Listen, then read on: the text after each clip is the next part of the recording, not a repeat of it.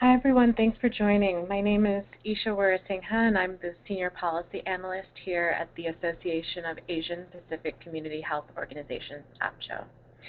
APCHO is committed to providing you technical assistance, program, and research support and keep you up to date on policy and advocacy initiatives, and that's why we're here today. On behalf of APCHO, I wanted to thank you for joining us today for the webinar entitled Strategies in Implementing Hepatitis B U.S. Preventive Services Task Force Screening Recommendations. We're looking forward to presenting you with information on how the U.S. Preventive Services Task Force guidelines for hepatitis B screening may impact your health center and on what you can do to ensure that the USPSTF guidelines are implemented. But before we get started, I wanted to review a few housekeeping items and let you know how you can participate in today's webinar. So you should be looking at your viewer window, which may be on the left of your screen depending on your browser or computer operating system. And that allows you to see everything the presenter will share on their screen, which is my screen. And then there's a control panel, which may be on the right or left of your screen. That is what allows you to participate in the webinar. By clicking the orange arrow button, you can hide or show your control panel. And you can also set the control panel to auto-hide or not to auto-hide by going to the View menu. Please note that all attendees are in listen-only mode and will be muted during the presentation. To participate, you can click the blue raise hand button shown on the control panel. But what we're going to do today is if you could submit questions in writing during the presentation and type them in the questions field, and I'm going to field those questions to the presenters during the Q&A session, which is going to be at the end of the webinar. Today's webinar is going to be recorded, and you're going to receive an email with a link, as well as a link with resources to view a recording of today's presentation after the webinar. So we're looking forward to presenting you with key information on the USPSTF guidelines on hepatitis B and how implementation has come into effect and on what steps you can take to ensure that the guidelines are implemented. So first of all, we wanted to take a quick poll on where you are coming from.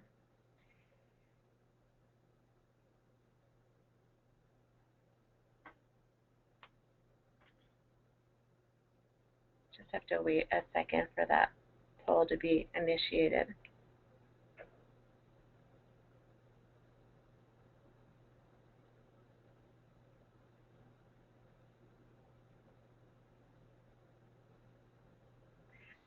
Just give us another 15 seconds to get that up there.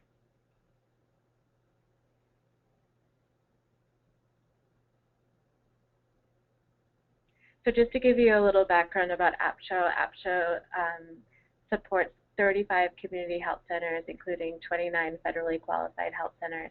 And hepatitis B is one of the health disparities that we focus on in programmatic support and also in policy and advocacy, which is why we wanted to provide this webinar for you all today.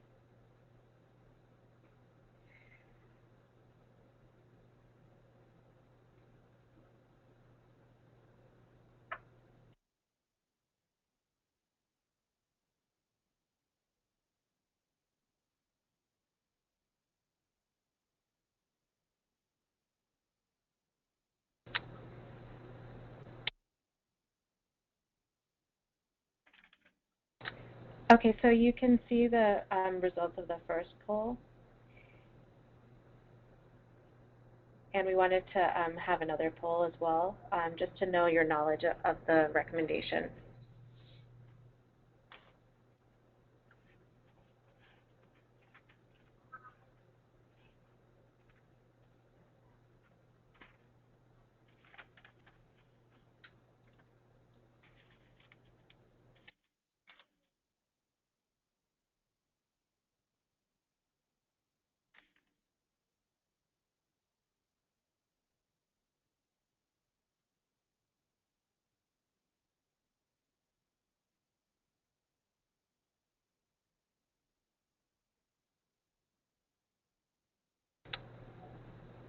Okay, we're going to give you another 10 seconds for this poll.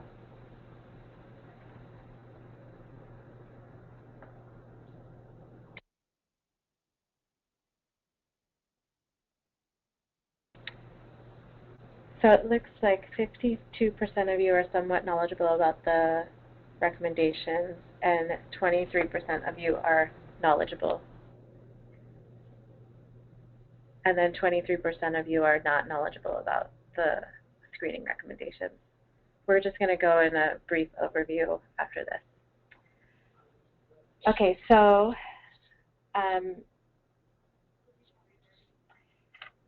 you may or may not know that last May, final recommendations for hepatitis B screening for the USPSTF were released, and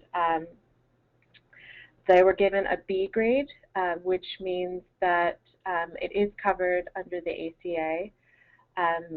All preventative services with an A or a B grade are covered under the ACA, and what is different about this recommendation than for the previous recommendation that was released a few years earlier is that the USPSTF particularly recommended that those at high risk should be screened for Hep B infection.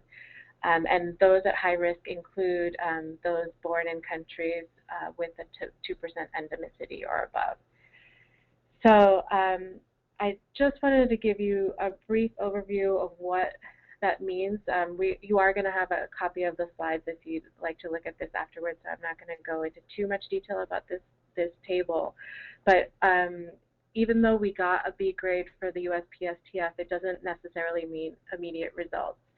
So it depends on the payer, of course, for those plans starting after May 1st, 2015, under the health insurance marketplaces. For those plans, Hep B services will be covered, but that doesn't necessarily mean for all plans, especially when you're considering plans that were started before that May deadline, and then also when you're thinking about grandfathered plans and out-of-network providers. And then for Medicare, we're not there yet either because a national coverage determination needs to be filed. And from the point that that is filed, it'll take 9 to 12 months.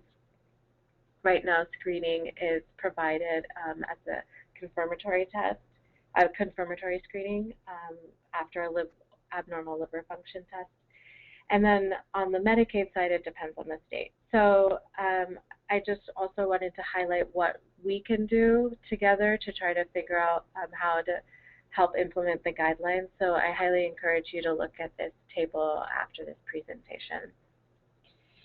So I just wanted to give you a little bit of resources. This first link just shows how the guidelines translate for consumers. And then we're going to also have more resources on APCHO and Hep B United's websites. And that is my email address. In case you have any questions in the future about implementation, please feel free. I can also reach out to the other speakers that are going to be talking today. So your first presenter today is Karina Dan. She is the Viral Hepatitis Policy Advisor of the Office of HIV, AIDS, and Infectious Disease Policy at the Department of Health and Human Services. So I'm going to hand it over to Karina. Thanks, Isha. I appreciate the opportunity to come onto the webinar today to talk about the hepatitis B screening recommendations, and really appreciate your kind of introducing the new recommendations and emphasizing that there's still a lot of work to be done because it is absolutely fabulous that the recommendations have come out with a B grade from the U.S. Preventive Services Task Force, but as you suggested, the implementation of screening recommendations, once they're put into place, takes a little while, and the more that we have active involvement from folks in the field, and hopefully some of the folks on the phone today, the faster we may see those being implemented. So I wanted to give a little bit of background today and just kind of connect the action plan and these new recommendations and try to kind of connect the dots for folks as well. So if I could have my next slide, please. So hopefully most of you are familiar with the Viral Hepatitis Action Plan. If you want to look at it any further, it is available at aids.gov/hepatitis. That address is down at the bottom of every slide. And so the action plan has 6 priority areas. And for these new hepatitis B screening recommendations, they're really focused on educating providers and communities in priority area 1, as well as priority area 2. We'd really like to see the improvement in testing, care, and treatment. And of course, in order to improve care and treatment, we need to improve testing first. And so really the hepatitis B recommendations are, screening recommendations are important, especially in those first 2 areas of the action plan. Obviously, the more that we test, the more that we can sort of collect surveillance data to help inform our activities, and the more we understand how hepatitis B is affecting people in the U.S. and how to better target our resources. And so obviously we have 6 action plan priorities, but the first 2 are the most important when it comes to the screening recommendations. Next slide, please. So the other way we sort of organize the action plan is to look at the overarching goals of the action plan. And these are the overarching goals which we hope to attain by the year 2020 if we fully implement the action plan. And you can see that first goal is to increase the proportion of people who are aware of their hepatitis B infection from the initial estimate of 33% to up to 66%. Obviously, getting more people screened is going to improve that our progress toward that goal and get more people aware of their hepatitis B infection. And so this whole initiative and effort to implement new screening recommendations for hepatitis B and get more people screened and into care is going to help accelerate our progress toward realizing the goals of the action plan. Next slide, please. So I wanted to take just a few minutes to talk about the U.S. Preventive Services Task Force, because this is a process that has evolved a lot over the last, I would say, decade. And it's a pretty important process for those of us who are in the field of public health and concerned about, preventive services. And, I thought I'd give a little background because the USPSTF is mandated, it's the body that's mandated to conduct reviews of scientific evidence. So the process generally takes between approximately 2 years, but there are a lot of elements that can either expedite that and make it a little bit shorter or make it a little bit longer. And so the U.S. Preventive Services Task Force actually undertakes a review of all of the literature and considers, what articles to include in their review of the literature, often looking at, international literature and deciding whether that's applicable to the U.S. audience, and really trying to make sure that they capture all of the existing high-quality data to help inform their recommendation. And their main audience for those recommendations are primary care clinicians. So what the current process sets out is really a consistent way to develop recommendations about preventive services. And we know that there are a lot of recommendations out there, but not that many that have been given an A grade or a B grade by the U.S. Preventive Services Task Force. And along the way, during those approximately 2 years, there are multiple opportunities for public comments. So they first develop a research plan, and that goes out for public comment, and people who are concerned about the integrity of the research plan can give comment then. Then generally they will post a draft recommendation and then again take comments. And so depending on the types of comments and if additional information is available during the process, they'll also try to incorporate that. There are really multiple opportunities for public comments, which for those of us working to try and make some of the recommendations happen, or changes in recommendations like those for hepatitis B, where we'd like to see them expanded, it's really a great way to have an impact. The USPSTF was recognized in the Affordable Care Act as the body that would make the decision about whether preventive services were covered or not covered. And so preventive services with an A or a B grade must be covered without cost sharing under new health insurance plans or policies. And I think Isha did a good job of explaining.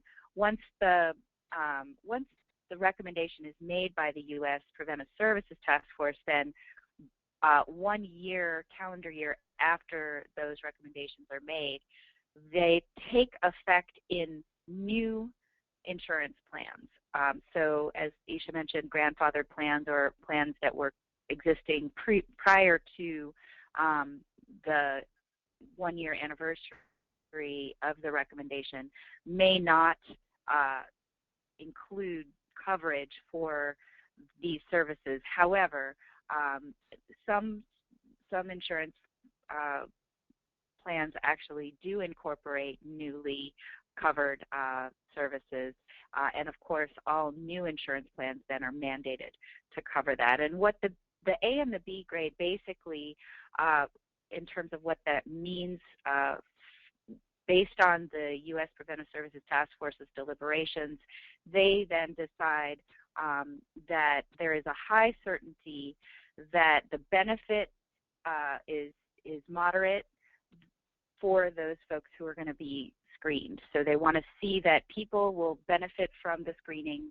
of hepatitis B at least a moderate amount of certainty. And so an A grade is a little bit higher.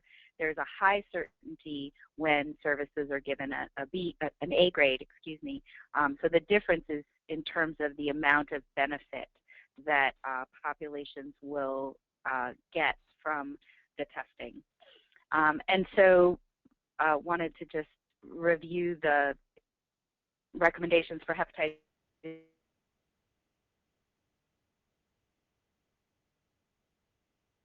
B testing, which again include persons born in countries and regions with a high prevalence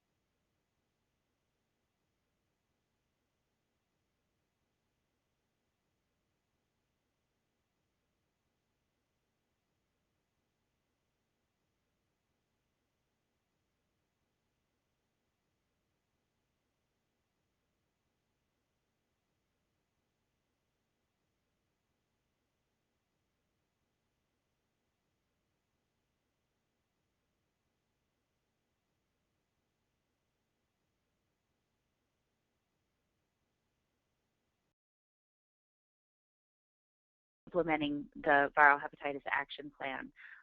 There are a lot of creative solutions out there. I think a lot of our colleagues in the field are finding new and creative ways to implement screening recommendations like the hepatitis B screening recommendations. And it's our hope that the Viral Hepatitis Action Plan can help to sort of provide a framework and a focus for stakeholders to get engaged and help, for example, implement screening recommendations, get really involved in viral hepatitis. Next slide, please. So in order to help that, one of the things that our office did was to develop a stakeholders workbook. And this is, again, available if you're working in the field and want to get more involved or learn more about the stakeholders workbook. Let me know. I'm happy to discuss it. But take a look at the workbook and see if that's a tool that you may be able to use to help develop more of a response along the lines of the Viral Hepatitis Action Plan for your organization in your state or in your community health center. Next slide, please.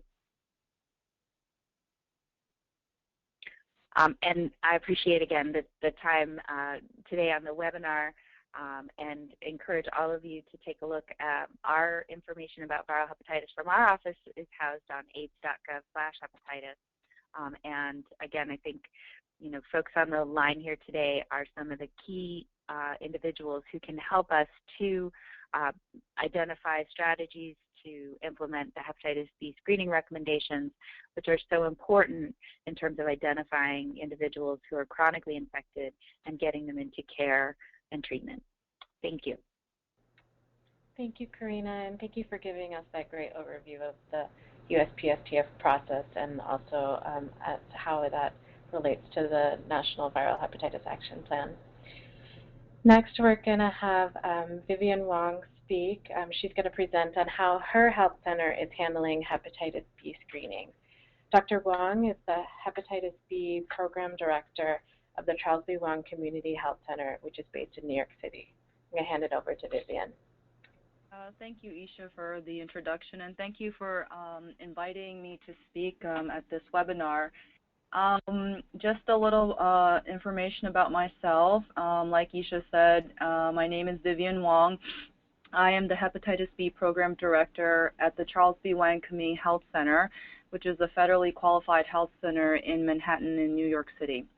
And the beginning of my title is a case study looking at hepatitis B screening in our clinic. Next slide, please. So in New York City, there's been approximately 100,000 cases of chronic hep B reported. These are only estimated numbers. We don't actually have the actual numbers.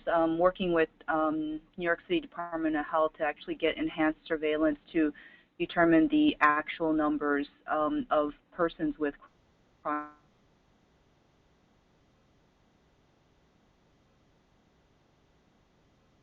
hepatitis B. 1,000 people that have chronic hep B, greater than 93% of the cases are among persons who are foreign-born, and of those, half are born specifically in China.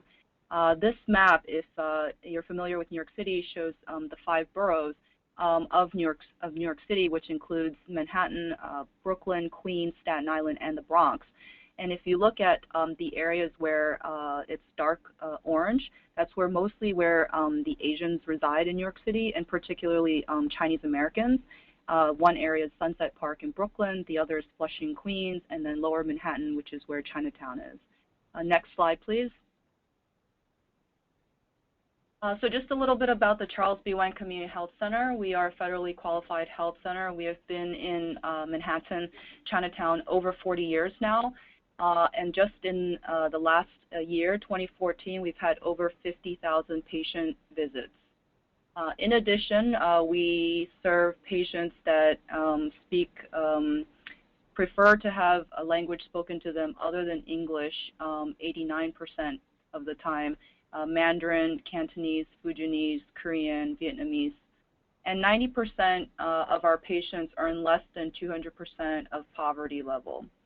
We have clinical sites in Flushing and also Manhattan, and our patients come from throughout New York City. And just to give you a little idea of what types of insurances we accept and what patients actually come with is 25% of our patient population is actually uninsured and likely uninsurable. And approximately 70% of our patients have Medicaid or Medicare, and 5% have commercial insurance. Next slide, please. Just a little bit about hepatitis B in the Chinese American community in New York City. Asians make up 13% of New York City population. 1 in 10 New Yorkers are Asian, and of the Asian population, 6% are Chinese American.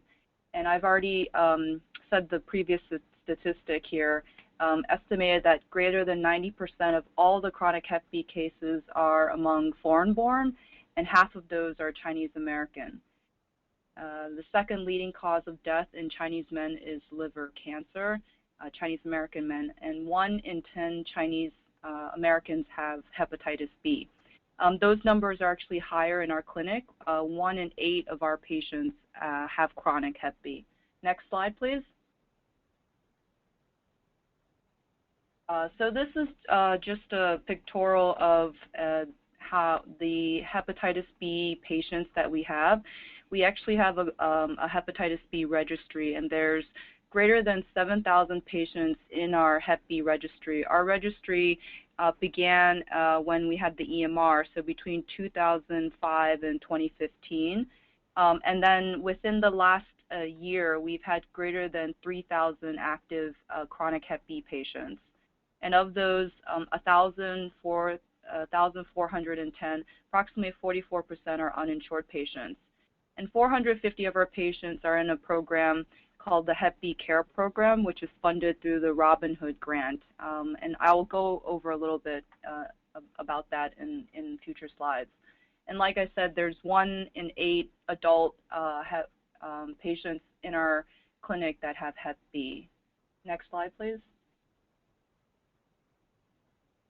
This is just, I just put this in, but Karina and also Isha have already gone over quite extensively the USPSTF grade B recommendations for screening in high-risk populations. And in our clinic, since we see mainly Asians and mainly Chinese Americans, we would be screening for most of our patients. Next slide, please. So just want to go over how we have dealt with screening, universal screening. So even prior to the USPSTF upgraded recommendations from a grade D to B, we have already implemented universal screening for all our patients. This here is actually our electronic medical record. It is operated by GE. I was told that not many other facilities have this, only a few other clinics across the country. We are in the process of upgrading our EMR and also being compliant with ICD-10 codes when they are supposed to go into effect later this year in October. Next slide, please.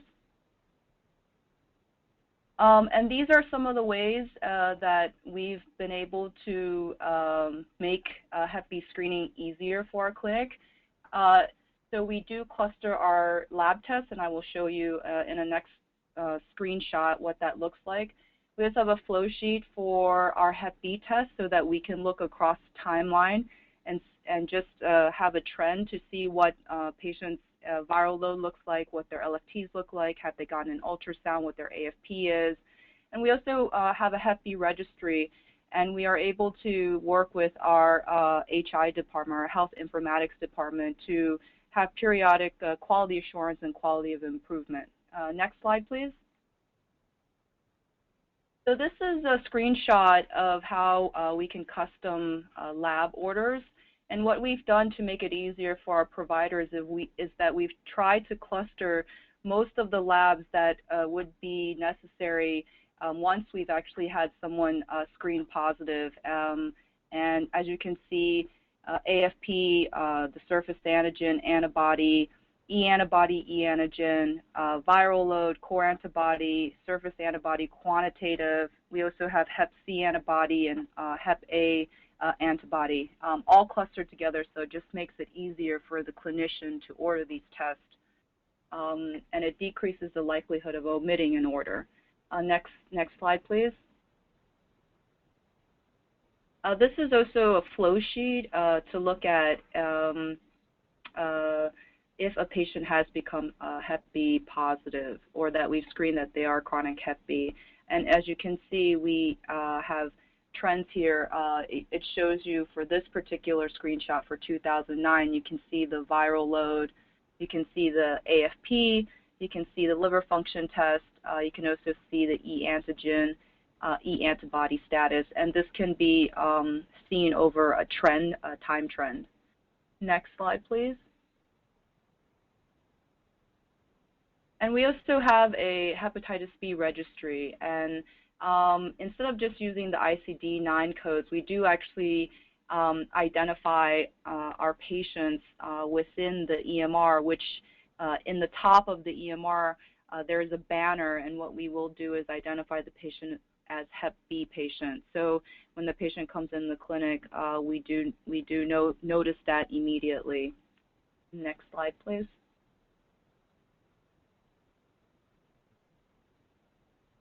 And in addition to EMR enhancements, we also have hep B patient navigation and care coordination. So we have 2 clinic sites here, and there's one in Manhattan and also Flushing, and we have 2 care managers that work specifically with our hep B patients. We have a few programs which I can go over briefly. I will just talk very quickly about them, but if you have any more questions, you can definitely write the questions out, or you can email me further to discuss them. We have a free screening program, and we invite anyone that is interested in getting testing for hepatitis B can come into our clinic and get free screening, which includes surface antigen, surface antibody, and core antibody. We also provide a few different programs. One is the Hep B Care program, and this is a program for our uninsured patients who do not have insurance. Also, with the help of the Robin Hood grant, we are able to provide free ultrasounds for our patients that are enrolled in this program. In addition to that, we have the Hep B Moms program, and this program was started in 2010 after looking at a few positive cases of vertical transmission within our Manhattan and Flushing site, and so we implemented this program to address the issue of trying to eliminate vertical transmission. And what we do is we follow the moms closely. We also do face-to-face counseling with the mom and make sure that she understands that patient herself, she needs care while she is pregnant, and also for the baby, when the baby is born, to get HBIG and also the Hep B series vaccination. We can say that thus far since the program, we have not had any of our babies infected from the moms being followed through this program. We do also help our patients that are uninsured get medications. We help them with their to actually get the medications from the pharmaceutical companies. We work with them with their patient, the prescription assistance program, and we also help to manage the medications. We have the care managers call them, make sure they're picking up their prescriptions, make sure that they are also coming to our clinic every 6 months to have care for their Hep B. We do also provide low-cost Hep B vaccinations, and that's in conjunction with the New York City Department of Health. And we have collaborative care teams. So we do that internally, and we do meet once a month. We have a hepatitis B, a collaborative care meeting where we have myself, which I am the program director, along with our program associate, our care managers, our nurses, chief of medicine, medical director, and we sit down once a month and discuss what are the important issues and priorities for hepatitis B. In addition, we also work externally with the Department of Health. We also work very closely with City Council to try to implement policies and activities around Hep B awareness and priorities. Next slide, please. So the Hep B program for the uninsured, I've already explained pretty quickly, is that it's for 475 of our patients at Canal, which is Manhattan, and Flushing. And it is for uninsured patients that are at the most risk for liver disease and need care management. And the program works by the provider actually referring the patient to the program. So if someone meets the criteria that needs an ultrasound for liver cancer screening, they will be referred into the program. And we do provide comprehensive care management. We call them, we make sure they get their free ultrasound. We also make sure they come to our appointments, make sure they're taking their medications. And also our patients pay their internal medicine visit on top of their lab fees are based on a sliding scale since we are a federally qualified health center. Next slide, please. This is our screening program. It's free. It's for community members. You can come to the clinic to get screened. We currently do not do screening off-site. We do encourage all of our patients, anybody that wants to get screened can come to our clinic. We are open 7 days a week. They just need to call and make an appointment to get screened. And we also offer a $5 Metro card incentive for the screening program. Next slide, please. And this is, again, just our Hep B Moms program. I've already went over that a bit earlier, but we try to work also very closely with the Women's Health Department in trying to educate the moms, and also when she has Hep B, and also after when she delivers the baby, what is needed to be done in regards for HBIG and the 3 vaccine series. Now, many of our patients have their babies here, and then by month 4, they have to send them back to China for childcare. And one of our stressors and emphasis in the program is to have the moms keep the babies here until 6 months until they get the 3rd dose of vaccine, and then to send them back to China. Next slide, please. And I went over our collaborative care team structure already, in that we have monthly meetings. So not only for just hepatitis B, but we also have a working group, which is our perinatal Hep B working group, and that actually consists of myself, our Hep B care associate, and also our care managers, and then also the chief of women's health, and also we have a pediatrician that joins us, and we also discuss what are the priorities for a perinatal Hep B program. Next slide. And we have some other tools that we do use to help with our Hep B program here. We have protocols that's on our intranet to guide our providers, nursing on Hep B screening and management. We also have educational materials that we produce to help educate the patients for just chronic Hep B, but also for perinatal Hep B. And next slide, please. This is an example of a health education material that we use with the moms. This is a roadmap showing what needs to be done for the mom while she's pregnant, when she actually gives birth, and what happens after delivery, all the way up to 15 months for the baby to have serology testing done. And this health education material is, as you see, is in English, but we actually translate it into Chinese in traditional and simplified version. Next slide, please. And this is the worksheet that our care manager uses when she does a one-to-one face counseling with the moms. So we actually call the moms and have them come in, and we actually discuss many issues around hepatitis B, family members that may have Hep B, have they gotten screened, obviously things about keeping herself healthy while she's pregnant with Hep B, to avoid alcohol, to avoid herbals, and then the question that comes up quite a lot is breastfeeding, and can they breastfeed if they have Hep B. So we go over all of these things with the pregnant women. Next slide, please. And that is the end of my presentation.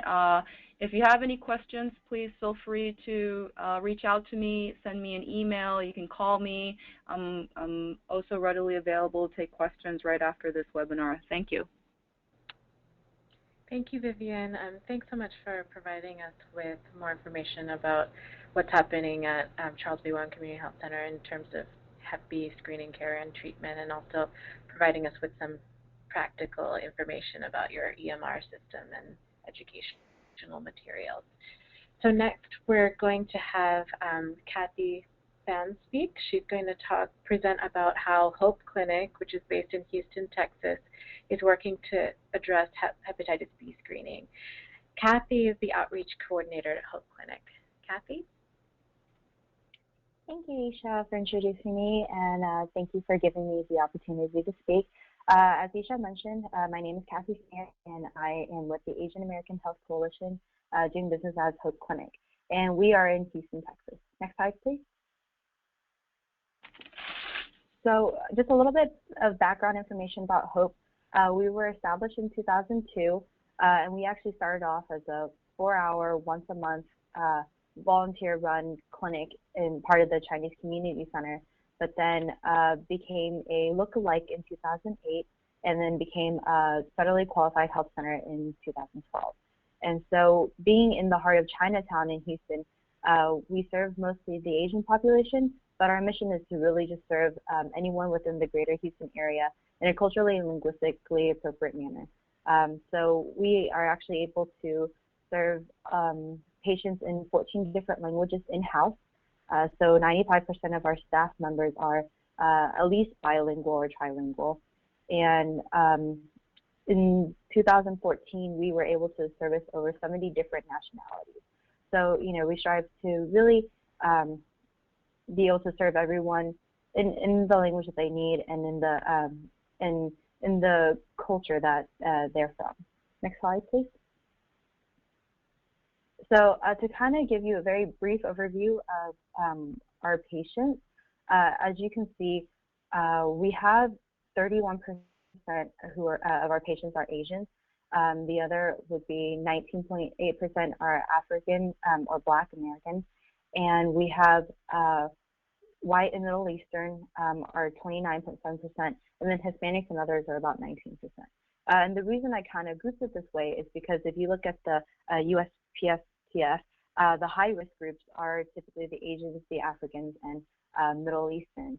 And so we actually service a lot of refugees, everything from Chinese and Burmese refugees to Arabic refugees. So a lot of our patients are from these high-risk areas. And to kind of give you a further idea, most of them are either uninsured or underinsured. We have, I would say, about 30% who are, actually 17% who are insured, and then about 40% who are on Medicaid, and the others are uninsured. Just to let you know, Texas did not expand Medicaid. So many of our patients are uninsured and they fall within the gap and don't qualify for Medicaid. So many of these patients can't really go elsewhere outside of community health clinics to get the help that they need. Next slide, please.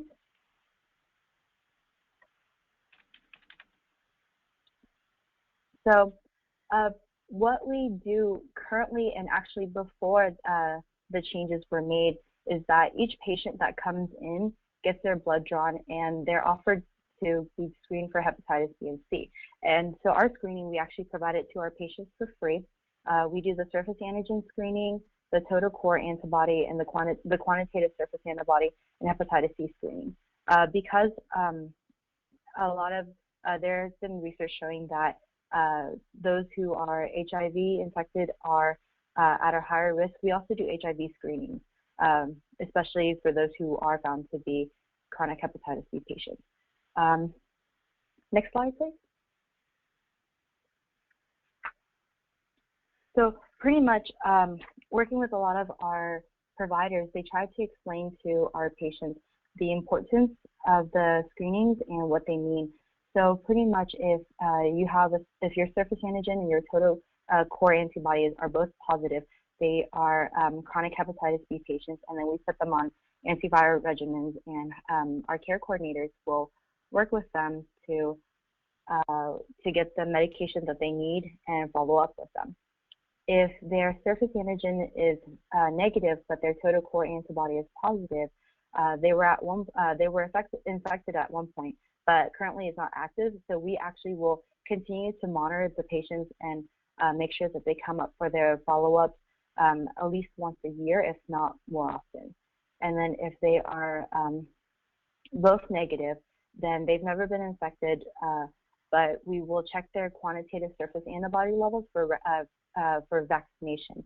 And so if they, I believe if they have less than, if they've never been infected and it's above 10 for their quantitative surface antibody levels, then we will just continue to monitor them, make sure, but if it's below that, then we will recommend a vaccination.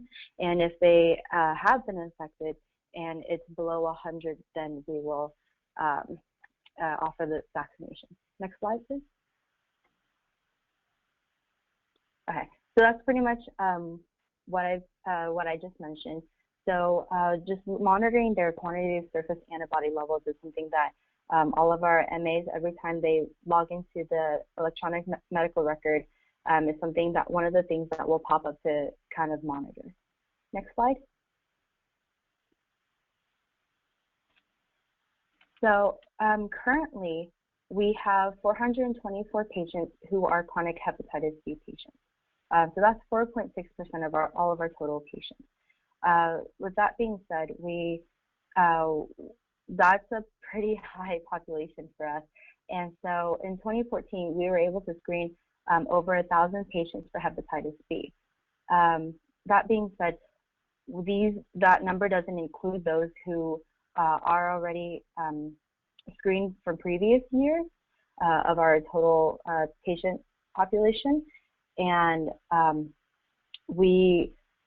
currently we're continuing to screen them, especially since we have the funding to offer the free screenings. Next slide. So in order to ensure continuous care, our case managers are the ones who will help them to get the medication and make sure that the patients follow up with their provider, as well as get their screenings and explain their reports and results, and are actually even there for emotional support.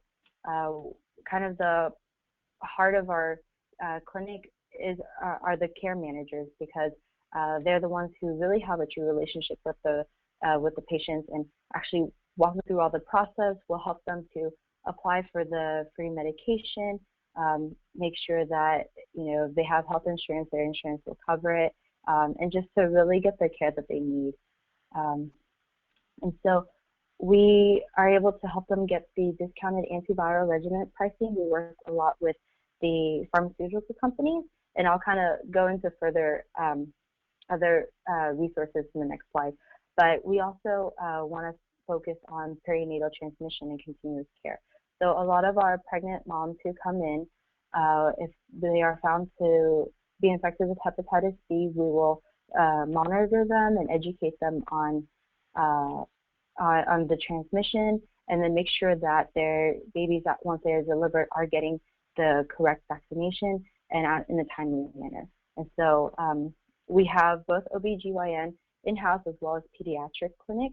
So after we deliver, our providers, of course, will make sure that they are vaccinated, and when they come back to the clinic for their checkup, we'll make sure that they have the vaccination necessary. Okay, next slide.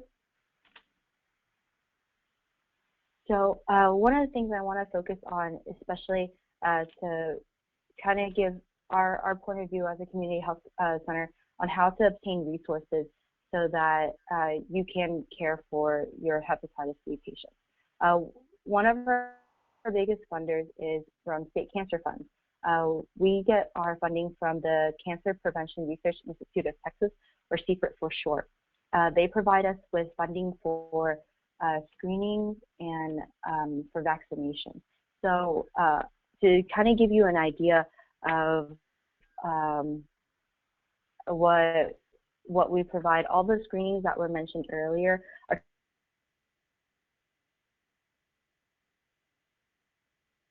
hospitals to do in-kind donations. So, for example, here in Houston, one of the hospital districts, Methodist, was kind enough to provide some of the lab services for us, so that the burden isn't upon our patients to pay for that. If you work with your local hospitals, some of them have a quota for donations that they have to meet, and so it may not be a monetary thing, but they may be able to provide some sort of in-kind donation. We're also working with Gilead and Bristol Myers to get their prescription discounted pricing for a lot of our hepatitis B patients, and so many of them is just a very simple application to show that they are uninsured and at a lower economic state. So working with them has really helped our patients to be able to afford the medicines they need. And then national partners like APJO and Hep B United have been very helpful in providing us with education materials and resources that our patients can utilize. But then also one of the biggest thing is working with labs and getting the discount pricing. To give you more of an idea of what we've been able to work with LabCorp, we are actually able to save our patients about $1,657 per patient, and as far as lab pricings go. Things like HIV, which a local hospital, their rates is about $226, whereas for us, we're only charged $11. So all of our patients, when they come in for labs, anytime they get their blood drawn, it costs them $15 to do all the labs, and 14 of that actually goes towards the lab, and only $1 goes towards administrative services. And so a lot of times, if you can work with LabCorp or with whoever you get your labs done with, they can try and work with you and give you a discounted lab pricing, and that just really goes a long way. Next slide. So I know we're running a little short on time, so I'm just going to wrap this up. Again, that's my contact information if you have any questions or comments, especially on how to secure some funding or be able to provide either resources or provide screenings for free for your patients. You can always contact me, and I will do my best to answer your questions. Thank you. Kathy, thanks so much for these great resources and letting us know what's happening at Hope Clinic, and providing us with some tools and cost-effective measures in how to screen for your population. So thanks so much for that. I know, as Kathy had mentioned, we're running a little short on time, but we are going to go a couple minutes over just to make sure that we can address any questions that you all may have. So we're going to start the Q&A portion of the webinar. So if you have any questions, please type them in the chat. Submit any questions in the questions box. And for now, I have two questions. One is for Kathy and Vivian, just wanting to know, you both come from very different environments. One, New York is a state that has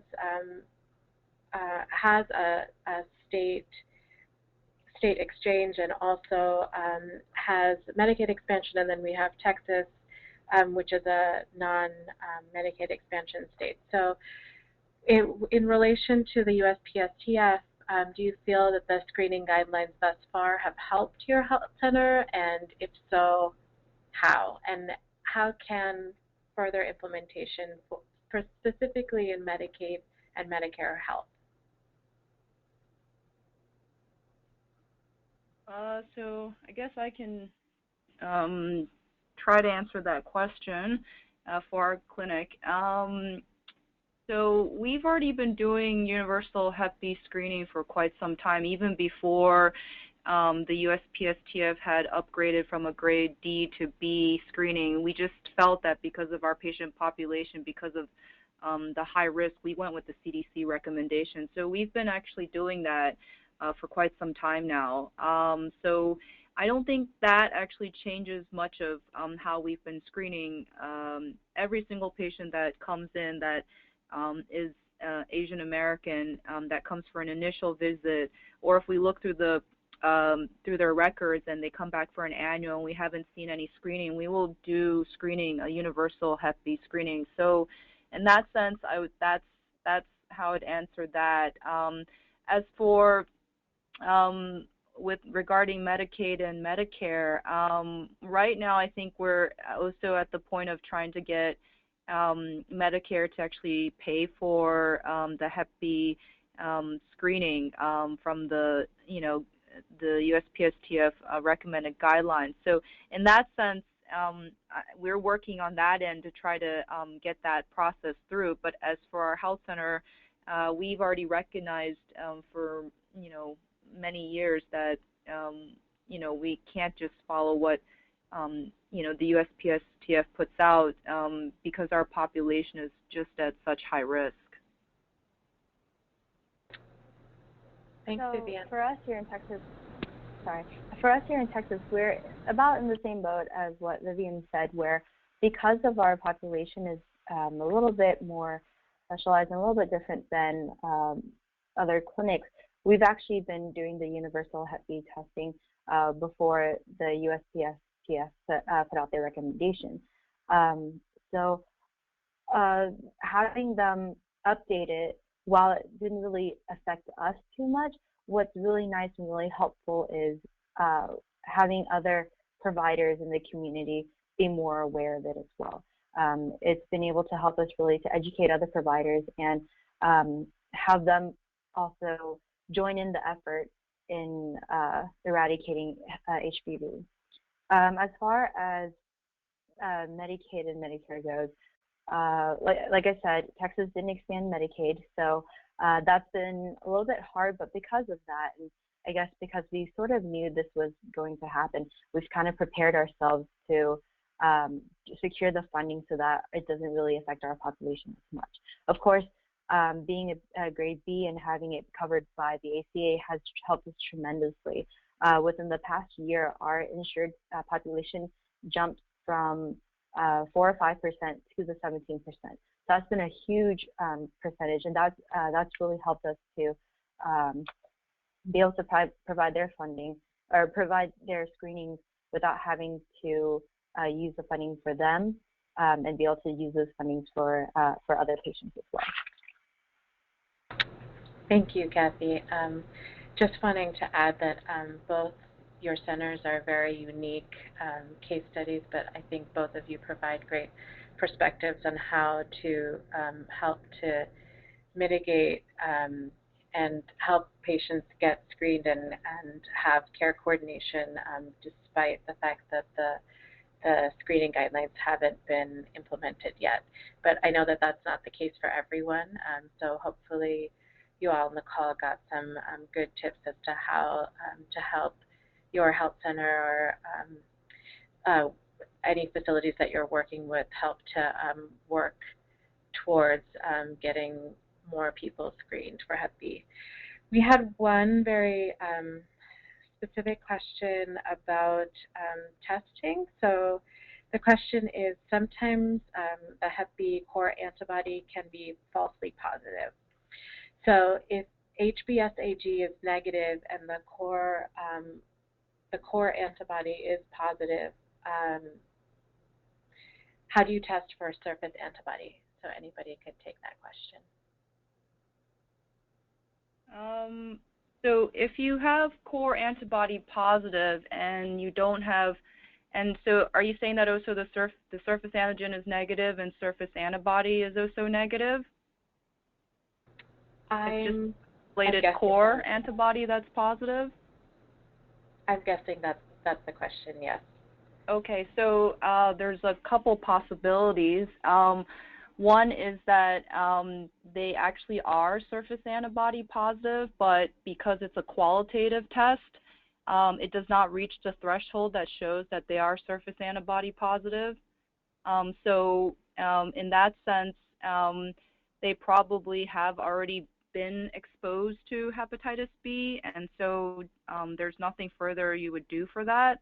Some people actually, in that sense, in an isolated core antibody positive, they've actually tried to give a dose of Hep B vaccine to see if there's a response, and see if that they actually become core antibody and surface antibody positive. So I think that you'd have to actually see if you could actually do a quantitative surface antibody, or try giving them a dose and see if they respond or not. Okay, thank you, Vivian. Hopefully that answered the question that was posed. And finally, I just wanted to reiterate, in terms of the USPSTF guideline implementation, if you have any questions, please feel free to ask me about implementation, and also go back to that table that I showed in the beginning, just about how you can work with the different payers and to try to make sure that the guidelines are implemented, because it can get quite complicated, and I'm happy to answer any questions that you might have. So we have one more question from the audience. So this is again for Vivian and Kathy, within your centers, do you also do Hep B vaccinations for preventative measures? Yeah, so for our facility, we actually work with the Department of Health to actually provide low-cost vaccination administration. And so although it's not free, we do try to provide it for low cost. I believe it's $10 for the administration fee for the 3 times that they come in. So they provide us with some free vaccinations that we can give to patients. And then obviously if they have commercial insurance, we do cover for that. So that's how we give the Hep B vaccinations to our patients. And then for us here in Houston, we provide the vaccinations for $15, and that's working with the city and state to provide that pricing for our patients. Okay, great. Thank you both. So we're going to wrap up now. So if we were unable to answer any questions you might have, or if you have any concerns about the implementation of the USPSTF guidelines, don't hesitate to contact me at Isha, that's ISHA, at apcho.org. And if you have questions for Karina, Vivian, or Kathy, let me know, and I can always field the questions to them as well. As I said in the beginning of the webinar, we're going to provide more information about the guidelines and guideline implementation on our website, www.apcho.org, and also on Hep B United's website, that's www.hepbunited.org. And we're going to provide more materials about implementation and what you can do to ensure that Hep B screening is going to be for all populations with little to no cost sharing. Lastly, I just wanted to thank Karina, Vivian, and Kathy for helping us pull this webinar together under such a short amount of time, and for joining us today. Thank you all for participating, and we hope to work together with you to move the implementation of the guidelines forward in the coming months.